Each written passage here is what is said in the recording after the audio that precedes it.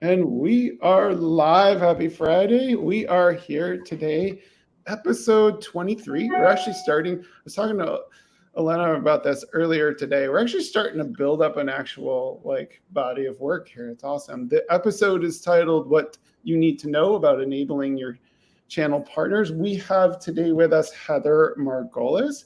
Heather is the president and CEO of Channel Maven. Channel Maven has an interesting history. It existed a while back, and then it was purchased by 360 Insights, and then with their blessing was respun out again. So we're excited to have you on. It's such a good time because it's like 1 month since you respun out. Yes. So normally, Heather, what we do is we say, Heather, what is on your mind? But before we let you tell us what's on your mind, first you have to explain to us, what is channel marketing? Yes, my pleasure. Thank you. And thanks so much for having me. So the easiest example to think about, and when we talk about it, we'll talk about the tech industry, but there's so many other industries that have channel models. So think about all large IT companies selling their products, not just direct, but also through channel partners. And there are different types of channel partners. There are solution providers and managed service providers and systems integrators. So the easiest example I think of is when you walk into Best Buy, let's say, and there are HP laptops and Dell laptops and Chromebooks and Apples. If someone hired my agency or my consulting firm to do channel marketing, let's say HP hired us, the HP laptops would have the best signage. They'd be front and center when you first walked in. The person running that, that salesperson would know more about the HP laptops. They maybe get an incentive for selling the HP laptops. And it just would be the most prominent one. So that's a rudimentary example of the channel. I don't work in retail, but that's one example of how a channel works. So what you're saying is I've been the recipient of channel marketing. I just didn't know it. Got it. Correct. And I've certainly worked in that mode where I work with resellers and service providers that actually say, oh, by the way, if you use this type of equipment, this is something that we have, we have a relationship with them, et cetera. So it's that kind of thing. Yes. Okay. So now that we have at least a basis for understanding, Heather, what is on your mind? What is on my mind is how much the channel has changed. Specific to the IT channel, it used to be very two-dimensional. There was a technology company, like I mentioned, HP.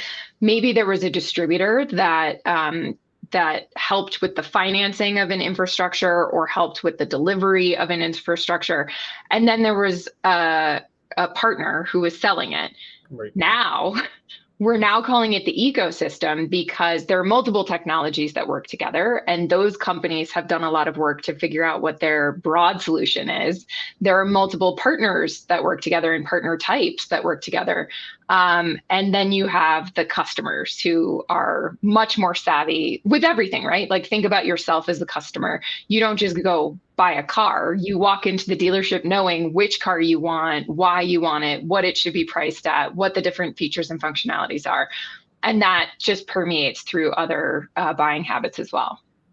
So Heather, an interesting question. So as you're talking, I'm thinking about, Elena and I both came from the food marketing world and whatever. And so you had all these different models within, that industry. You had people who were essentially doing merchandising, whatever, that kind of, channel marketing stuff.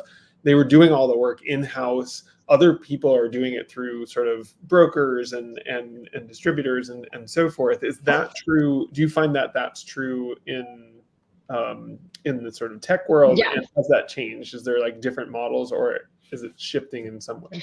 Yeah, it's such an interesting question. You're absolutely right. There used to be, I'd say 10 years ago, where these partners who are really good at the tech implementation and they're really good at the customer success model weren't very good at the marketing side of things. So distribution was leaned on very heavily to help them with email campaigns or with social media or with just getting their websites found. Right. And what started to happen is, again, as consumer products shift, I always say like the tech channel's 3 to 5 years behind. 10 years ago, these partners didn't know how to spell marketing. And now maybe they have like MailChimp or they have some sort of a marketing automation platform that makes them feel a little more sophisticated. We used to joke that they'd say, yes, our VP of marketing is also a receptionist and also happens to be the spouse of the owner. And now we're starting to see that they are a little bit more savvy with services like Fiverr and Upwork. Like anyone can hire a marketing person. Right. So I am seeing a bit of a transition where these partners are becoming a bit more savvy and able to self-select. And the distributors now are figuring out, okay, they don't need us for marketing as much anymore. What do they need us for and how can we help? Right. Got it. Well, so and as that's happening, are you finding that any of them are sort of building sort of in-house functions, or are they more still relying on outside? It's sort of interesting. I'll just, as a quick aside, like this whole podcast started because we were having, Elena and Eric and I were having this ongoing conversation about what we called enabling business development, and this idea that like a lot of companies think marketing is a bad word. And so it's interesting I'm just interested to understand, like, are people essentially sort of getting to the point where they're like, oh, right, we actually need to do that. And so we need it in-house. Oh, you're muted. Mute, Heather. Go having some earpod issues. You know what the worst word than marketing is? Marketing. I think people should never say that again. So that's marketing, sales and marketing together. Got it. I was like, I don't know that one, but I wouldn't say that. Yeah, it's so bad. So one thing that I always used to say, sales and marketing, it used to be a handoff, right? Like marketing would focus on brand and demand generation. They would hand it off to sales and say like, good luck, I hope that works out for you. And now it's become much more of a volley where like marketing's working on the brand and getting people inbound. And a lot of times marketing is now owning demand gen. So marketing's owning that business development function. And then when they hand it off to sales, sales is equipped with all of the things that they need. They have a lot of content. They understand what the intent was, how somebody actually came into the funnel. They're going back and forth and helping support each other on a level that is so much deeper than it ever has been before.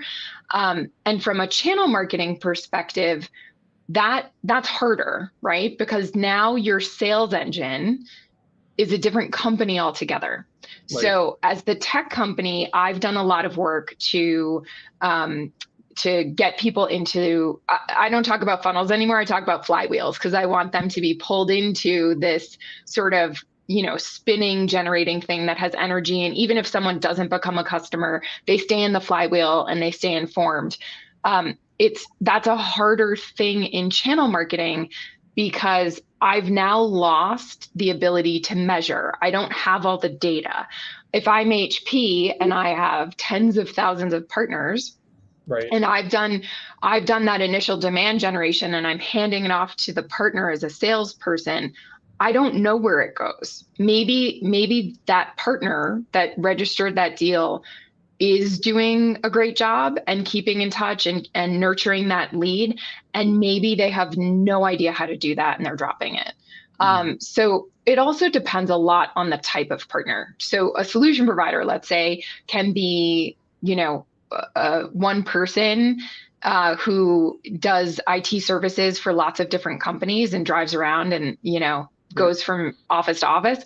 or it can be Accenture, who's a massive global systems integrator, and you know that they're doing that well, but they're also beholden to hundreds of different technologies. So not only are you involved in the purchase, the tech company, but so are some of your competitors. So it's gotten very muddy. There's a reason that I'm back, right? Like there's a reason, like the ecosystem has changed things so much that it makes what I do that much more relevant. Got it. So I have a question, Heather, back to the solution providers, right? So in my line of business, healthcare, tech, selling SaaS products to doctors, we use solution providers often as resellers, right? And they're all very often these individual contributors that are driving around. And what we do is not their bread, it's kind of butter, right? Yes. And in certain cases, it's a larger organizations that have resources, that have grasped marketing, wonderful. But in other cases, it's none of the above, right? And therefore, my question is, yes, we try to incentivize them. And of course, they have certain revenue share that they collect. Aside from that, how do we actually get this beautiful marketing campaigns that we make for them through? Yeah. Right? How do we actually incentivize them to do it? Yes. So this is a perfect example of channel marketing. While it might not be called channel marketing in other industries, is very much in a lot of other industries. So 20 years ago, and I'm sure what you're seeing now, or at least we're seeing then, is we would call them campaigns in a box. And it literally was this beautiful HTML, creative designed content that the partners could log into a platform, could add their logo, add their contact info and value prop, and send it out either through their own email or through this platform's email. And we're seeing less of that because, as I said in the beginning, partners are slightly more savvy. I'm not going to say that they're like these marketing icons, but they at least have some sort of marketing automation tool on their own. And what they're realizing is it's more important for them to get their brand message out than it is to get the technology's brand message out. So those beautiful campaigns that everyone was using, and in my days at EMC, I was spending tens of thousands of dollars on a single campaign. People aren't using as much anymore because they are, they want to get their own message out there. So we've suggested that people, for lack of a better term, dumb them down, like give the partners, give the solution providers the copy, like what's the value prop, what's the business outcome that you're trying to achieve, what are the things that your customer cares about, and then have that be something they can just copy and paste into their own marketing piece. Enable them to break that down into social posts and micro content so that they're filling their own sales funnel instead of trying to, if they sell 5 different technologies, that means they're sending out 5 different campaigns, none of which look the same, none of which say the same messaging, and it makes them seem a little scattered. So it's more important that you give them the images, give them the copy, but let them sort of take that and push that out. So I don't know if you saw, Heather, but for some reason, like the AI thing, like decided to do like a little thumbs up, and we don't know why that happens, but it's so cool. I get it on Zoom all the time. Apparently, if you do this really quickly, balloons shoot out of your fingers. As an opportunity to say, has the AI changes in the AI world, how have they changed the work that you do and how you're seeing the channel marketing happen? Yeah. So now I'm going to get on my soapbox around AI when everyone's like, AI, this new thing. I'm like, Clippy. Remember Clippy from the Office suite? Yeah, that was AI. Like, AI is not new. It's much more prevalent. Don't get me wrong. The way that I see AI, and this is the problem I've been having with my AirPod. It's apparently my ears are too big for, these are not Apple AirPods, but here we go.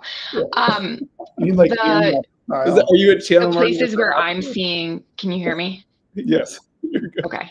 I can't hear you, but we'll go with it and I'll figure it out. Okay. Now I hear you. The things that I'm seeing, first of all, content creation, like that's the one everyone like, hey, help me write this partner program guide. Help me write this email to partners about XYZ. The other places I'm seeing it are inside of the infrastructure that we've been giving to partners for years. So there are things called portals, there are things called PRMs, ecosystem management tools, and it's very much based on different partner types and different partner roles, or excuse me, different individual roles within those partners.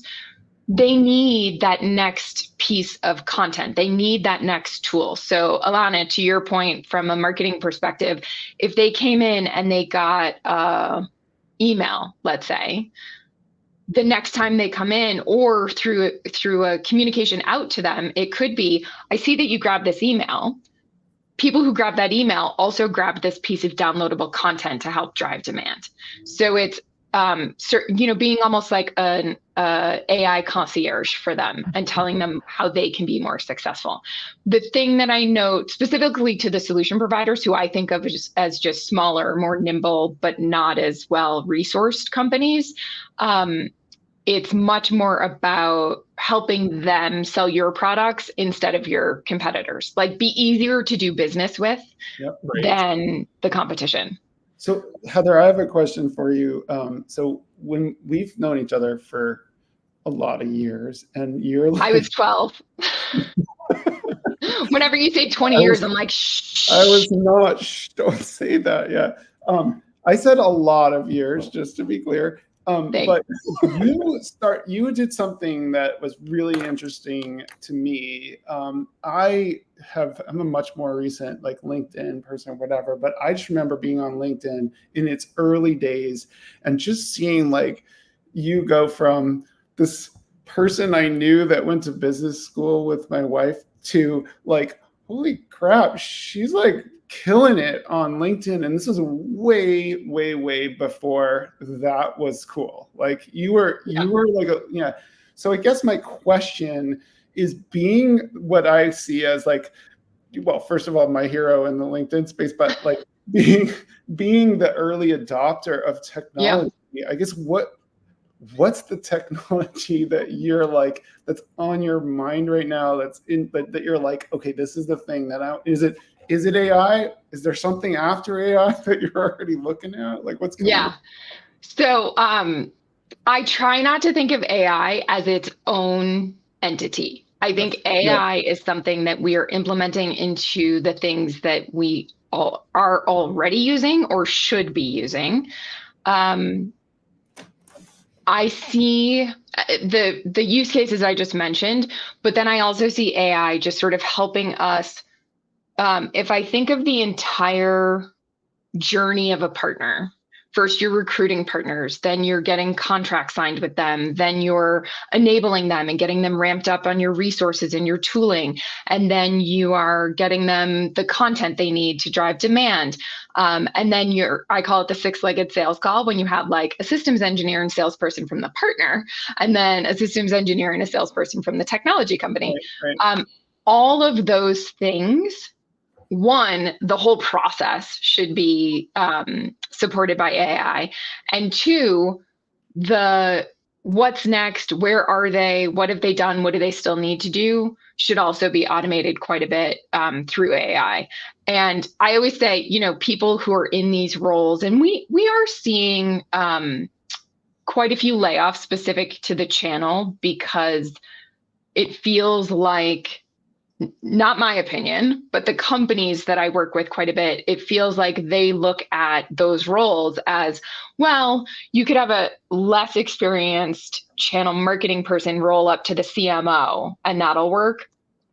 I disagree. I don't think that works as streamlined as it should, but I do feel like AI is helping those who are staying in the roles do well with that next step. Like, what ended up happening is the recruitment and contract signing and enablement would fall under one team, the communications too, and staying top of mind and making sure that they're selling your technology instead of someone else's would fall under another team. And then the demand gen with and incenting the partners to sell your products instead of somebody else would fall into yet another team or another two teams. And my hope and the things that I'm consulting on are how to make all of that super streamlined. It still lives in those teams, but how do you pull all of those teams together so that it's not being done by multiple teams twice and partners are literally pulling their hair out going, you guys need to talk to each other. As a participant in some of these six-legged phone calls, like, yeah, as you don't understand that as the consumer, you don't understand like I get on these calls, especially when I was a little more junior and just starting out in my role, and I'm like, why are these people on here and they don't even work with you and whatever? And so I think what you're saying, long story short, what you're saying really comes down to like, let's make this, not only make it like all seamless because it needs to be for the channel, but also can we make sense to the people who have to actually make the decision to buy? Right. Well, and I think too, your partners get to know you and they become an extension of your team. And unfortunately, you only have one, maybe two opportunities to win them over. So if the first time that a partner works with you or works with your technology, first of all, the channel's never responsible for whether or not the technology works. That's not our fault. Don't blame me. So the first line of defense is if you have a good technology that customers want and it's easy for the partners to sell and service and make money on, the next thing is ease of doing business. So if a partner has a bad experience selling your technology, you won't win them back.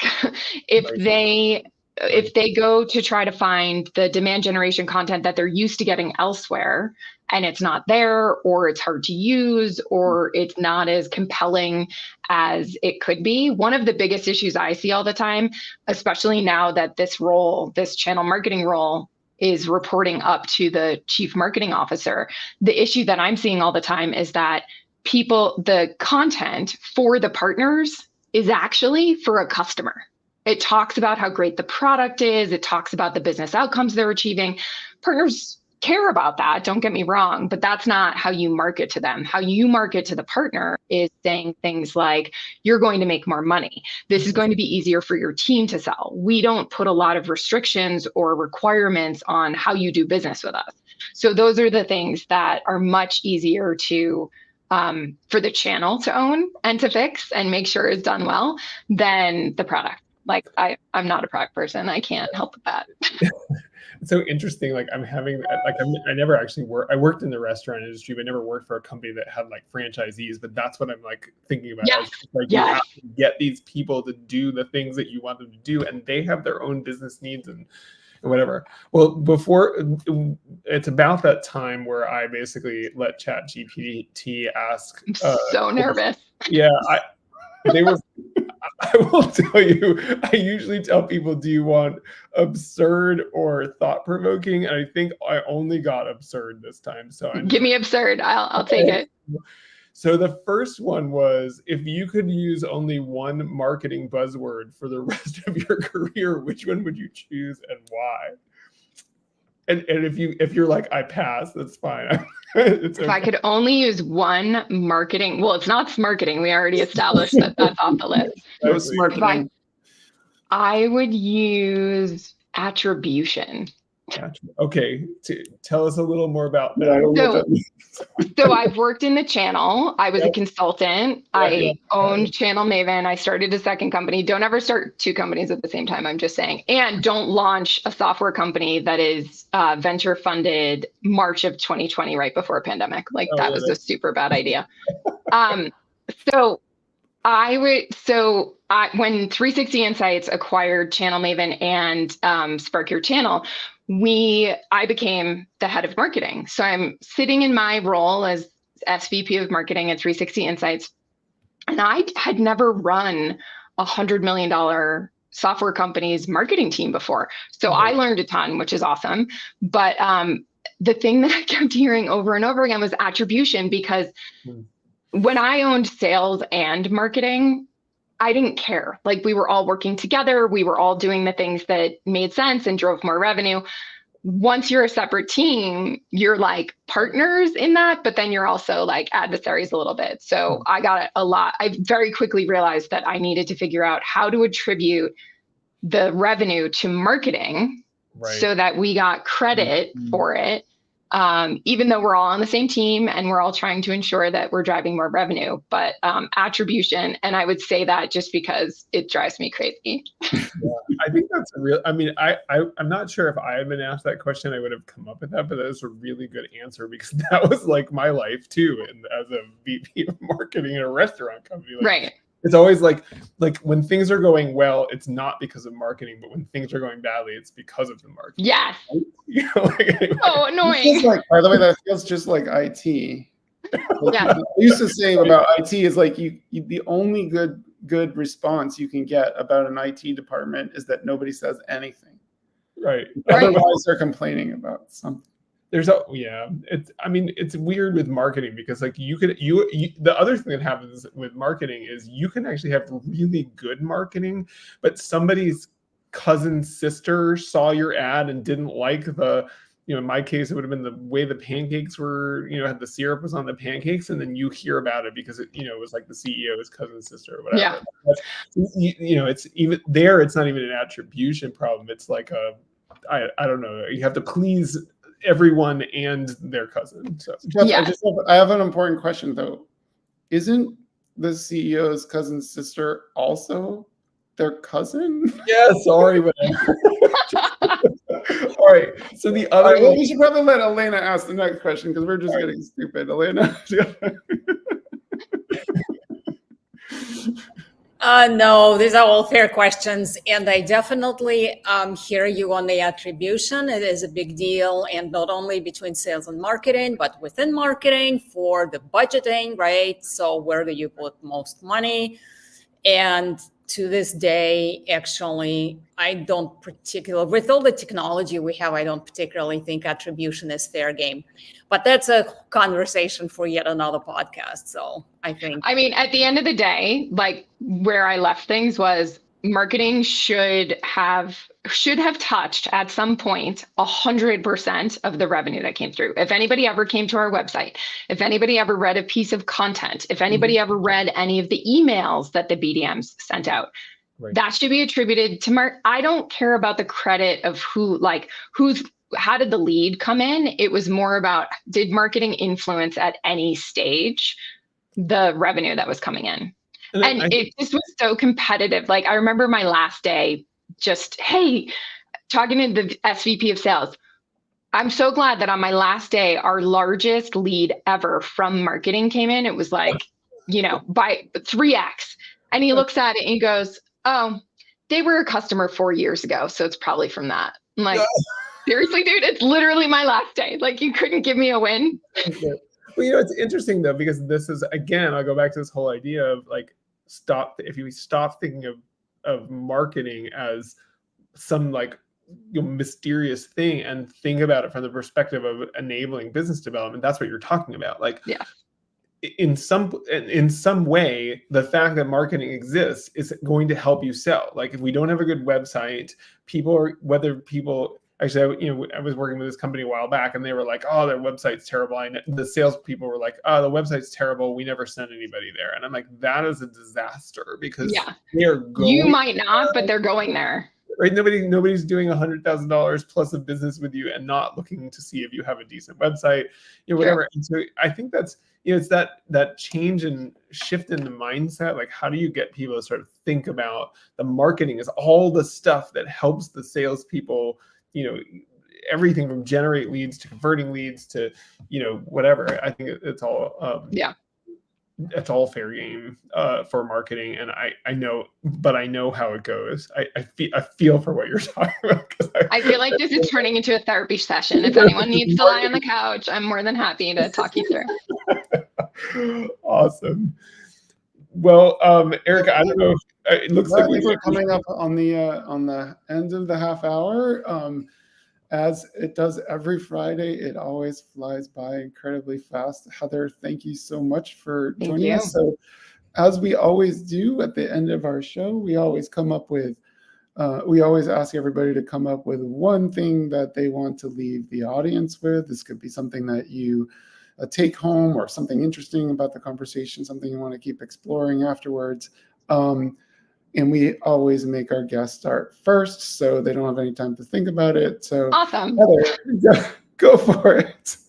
I would say, think about, we call it the channel. Some people are calling it the ecosystem. Partnerships now are more important than ever. And you see it the way other companies are selling as well, right? Like you're getting a deal at a car dealership on your tires from another company. Like these strategic alliances, partnerships, whatever you want to call them, are more prevalent than ever. So you have to figure out a strategy around those relationships and those partnerships. Yep. Jeff, do you want to go next? Sure. Before I do my one thing, Heather, what is the best way for people to connect with you? We lost sound. I think the answer was channelmaven.com. You can see it right. Which is why I have the Can you hear us, Heather? Are you still hearing us? Yeah. No, not hearing us. Well, at any rate, I will do my one thing is, I guess I'm going to pick up on Heather's answer to ChatGPT's question about attribution, and let's focus on who gets credit and the point that Heather was making, which is it's not about who gets credit, it's about how all the pieces work together to drive sales. And that goes for the people in marketing and sales, but it also goes for all the partners all along the chain of, and the channel. So that's my takeaway. I will pass it to Elena.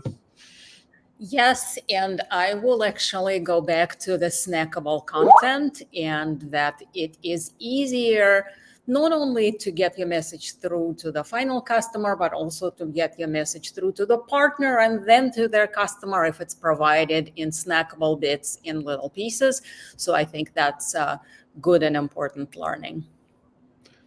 Great. My takeaway is going to be this concept, Heather, that you put forth in, to my question about, where he's going next, which is it's the integration of it all as a sort of like one process where it does, as opposed to being, maybe it worked fine 20 years ago to turn it into like, okay, I'm just going to do this thing and provide this content.